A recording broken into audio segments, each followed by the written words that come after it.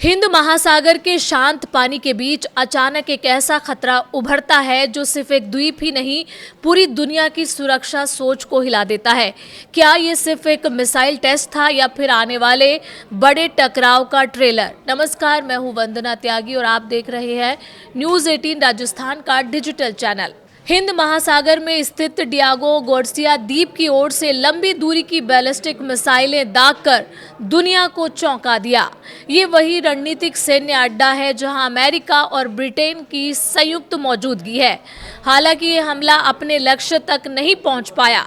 एक मिसाइल रास्ते में ही फेल हो गई और दूसरी को अमेरिकी युद्धपोत ने इंटरसेप्ट कर लिया। लेकिन असली सवाल मिसाइल के गिरने का नहीं बल्कि उसकी दूरी का है। करीब 3,800 किलोमीटर दूर तक पहुंचने की इस कोशिश ने साफ संकेत दिया है कि ईरान अब अपनी पहले तय 2,000 किलोमीटर की सीमा से आगे बढ़ चुका है। यही वजह है कि इजराइल डिफेंस फोर्स ने इसे एक बड़ा खतरा बताते हुए दावा किया है कि अब यूरोप के शहर बर्लिन, पेरिस और लंदन भी संभावित निशाने पर आ सकते हैं।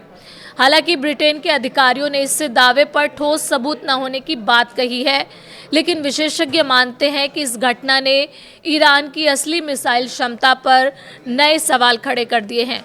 ईरान लंबे समय से अपने मिसाइल कार्यक्रम को रक्षात्मक और डिटरेंस यानी डर पैदा कर युद्ध रोकने की रणनीति बताता रहा है, लेकिन अब तस्वीर बदलती दिख रही है।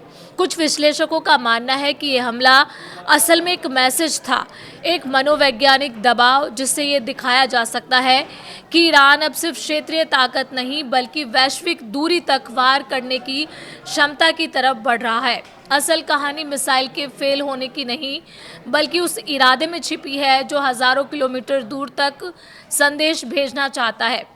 ये घटना बताती है कि आने वाले समय में युद्ध सिर्फ ज़मीन पर नहीं बल्कि रेंज और रिस्क की नई परिभाषा पर लड़ा जाएगा।